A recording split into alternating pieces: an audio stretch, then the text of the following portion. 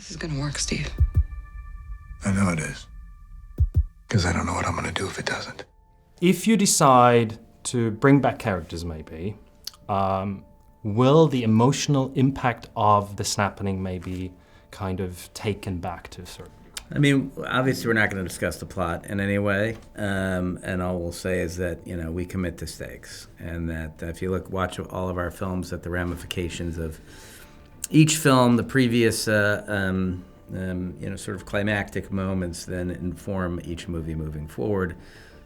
Winter Soldier, there's a we'll put a little piece in there that Bucky may potentially kill Howard Stark, which then becomes the crux for a civil war, which then causes a divorce between the Avengers, which then leads to them losing to Thanos. So everything has ramifications. Mm-hmm. That's all we'll say. At the press conference in LA, you called Endgame cathartic.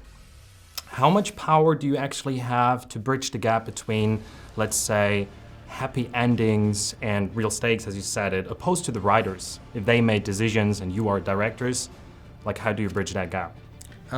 We work in a very close partnership with the writers. You know, Joe and I, our process with making these movies with Marcus and McFeely, who we've made all four of these films with, is we sit in the room for many months together and just work through the stories together. And so we're really informing the work that one another are doing. Based on the stories that we want to tell. I mean, as filmmakers, you can't put this kind of lifeblood and energy into these movies unless, you know, every word of it is something you believe in passionately. So it's like, you know, four collaborators working together to find the right stories to tell.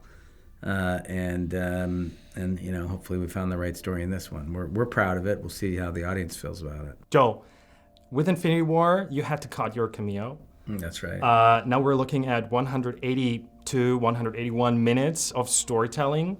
Was there enough time for your cameo this time? Always the first thing we cut. So that's I don't know. We'll have to wait and see again. That's part of the. It's protected within the secret that is Avengers Endgame.